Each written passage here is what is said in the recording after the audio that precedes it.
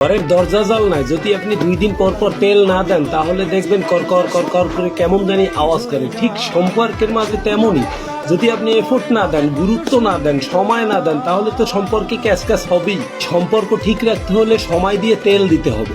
যেই জুতাটা আপনার সবচাইতে বেশি পছন্দ সেই জুতাটাই আগে ছিঁড়ে যাবে, যেই জামাটা আপনার সবচাইতে বেশি পছন্দ সেই জামাটারই রঙে উঠে যায়। ঠিক তেমনি আমাদের পছন্দের মানুষগুলাও কেন না যেন দূরে চলে যায়।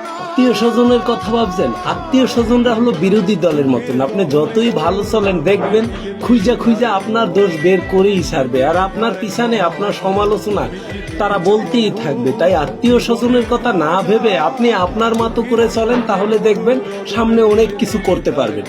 করল্লার ভিতরে আপনি যতই চিনি মিশান না কেন, করল্লা তিতাই থাকবে, কারণ তার স্বভাবে তিতাই আছে। ঠিক আত্মীয় স্বজনদেরকে আপনি যত ভালোবাসেন না কেন, আত্মীয় স্বজনরা আপনার সমালোচনা করবে, এটাই বাস্তব। কিছু মতলববাজ আর কিছু স্বার্থপর মানুষ আছে, তাদেরকে আপনি যতই ভালোবাসেন না কেন, তারা কোনোদিন আপনার আপন হবে না। ঘরের বউ হচ্ছে এলইডি লাইটের মতন, যতক্ষণ থাকে ততক্ষণ ভালোই জ্বলে। যখনই আপনার জীবনে অন্ধকার নামিয়ে দিয়ে অন্যের জীবনে আলো জ্বালাতে যায়, তখন সে নিজের জীবনেই অন্ধকার নামিয়ে নেয়। চাবি ছাড়া যেরকম তালা খোলা কষ্ট, স্বামী ছাড়া নারীদের থাকা ততটাই কষ্ট। বাস্তব কথাটা বুঝতে পারতো তাহলে কি তারা ডিভোর্সের কাতারে দাঁড়াতো? অনেক বোনেরা আছে স্বামীর একটু ইনকাম কম হলে নিজেকে পরটিয়ায় জড়িয়ে নেয়, তো পরটিয়া জড়িয়ে নিজের মার্কেটিং এর চাহিদা মিটায়।